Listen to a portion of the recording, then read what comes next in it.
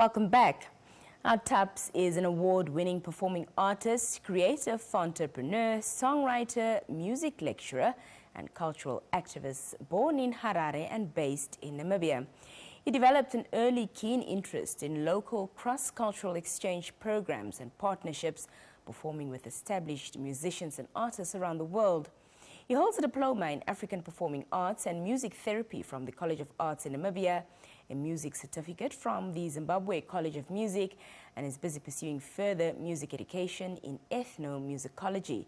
Tapz has collaborated with various artists with whom he recorded and performed with internationally, including Southern Africa, Asia, Europe, and North America.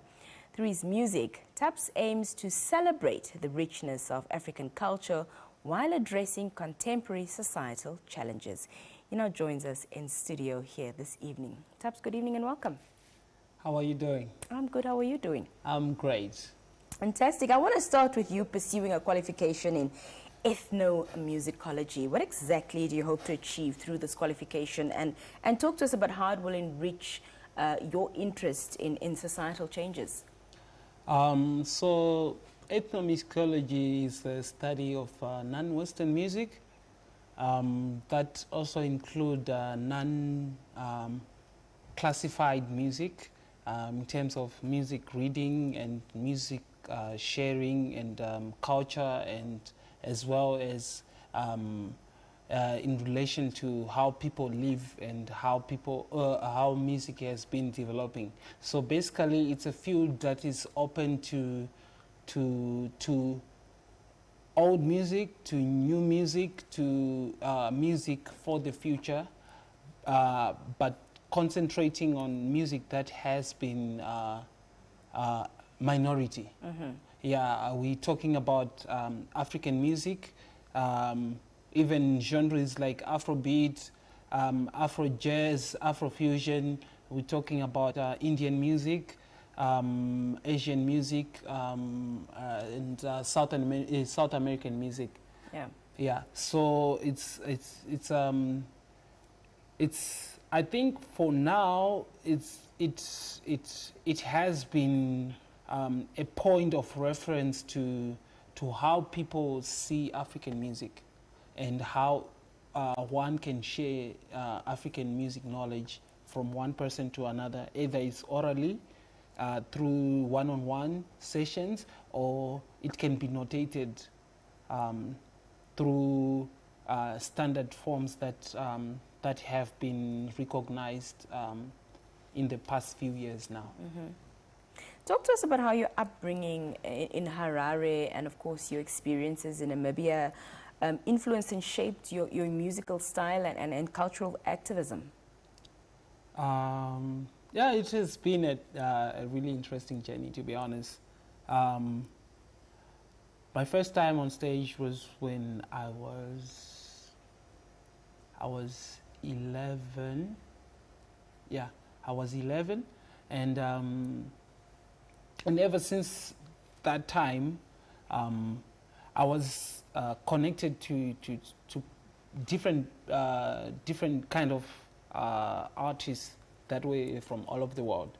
So it was a chance for me to actually understand who we are as people, and from there I went to high school. I was still a music person. I was in choir and all that stuff, and then I decided to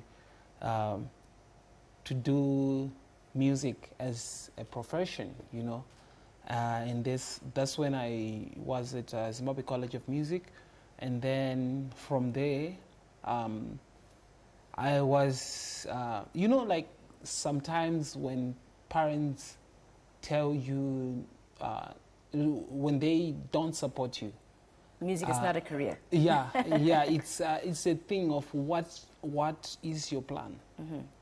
Also, yeah, I understand, like some parents don't see it as a formal career that somebody can actually do, but for me, I didn't face that challenge because I was also playing my role as a family member, you know, performing at international stages, not because I was connected or I was privileged enough or whatsoever, but I worked so hard. Like I would be in a rehearsal for 6 to 8 hours a day. You termed your musical journey as an interesting one, and starting at the age of 11. So talk to us about some of, the most memorable experience you still carry with you today. So there was, I have a few, because some of them, it's a repetition of things that I would know that they are For the not sake to of happen. time, just give us one. Yeah. It might be a very emotional moment, but when I got here in 2013, I didn't know anybody, but in 2015, I performed at the inauguration of our former president, and that was my biggest platform in Namibia, and I felt really honored for the work that I had been through, and for me to just perform in front of a lot of presidents. It was an honor, Even at that time, my president was also there, I really felt honored. And then last year when we performed at Jazz Festival, we were called after the show, because we're the headliners for the Jazz Festival, with other Namibian artists, and the president's office called us to congratulate us for having an amazing set after we had performed, and I feel like it's one of the most memorable things that I would always cherish. That's fantastic. I would always cherish. It's really amazing, because you never understand how it works, but you get there. Yeah. Are there any upcoming projects that you're working on, or performances that your fans can look forward to? I'm currently working on my EP as Tapz, individual artist, but also we finished recording our album for Savannah Afros, and it will be also released later this year. We are working on visuals, so that we have visuals and audios ready for you guys. But also for me, I'm working on an EP. It's called God Given. It's actually my namesake. Yeah, my name is Tapz, in like my full name. It means God given, or given by God. So I've just been collecting music for over 8 years now. Wow.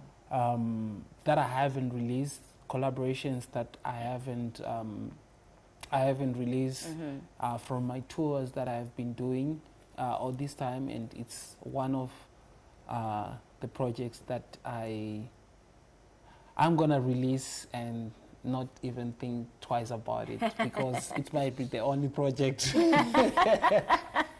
That's how it goes sometimes. Yeah, if you spend time on something and you let it go, it's time for it to go, Thank you so much. Yeah. Well, Tapz, thank you for your time.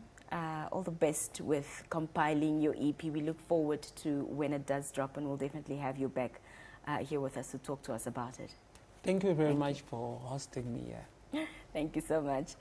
That was Tapz speaking to us there, an artist from Zimbabwe, and also, of course, known in Namibia.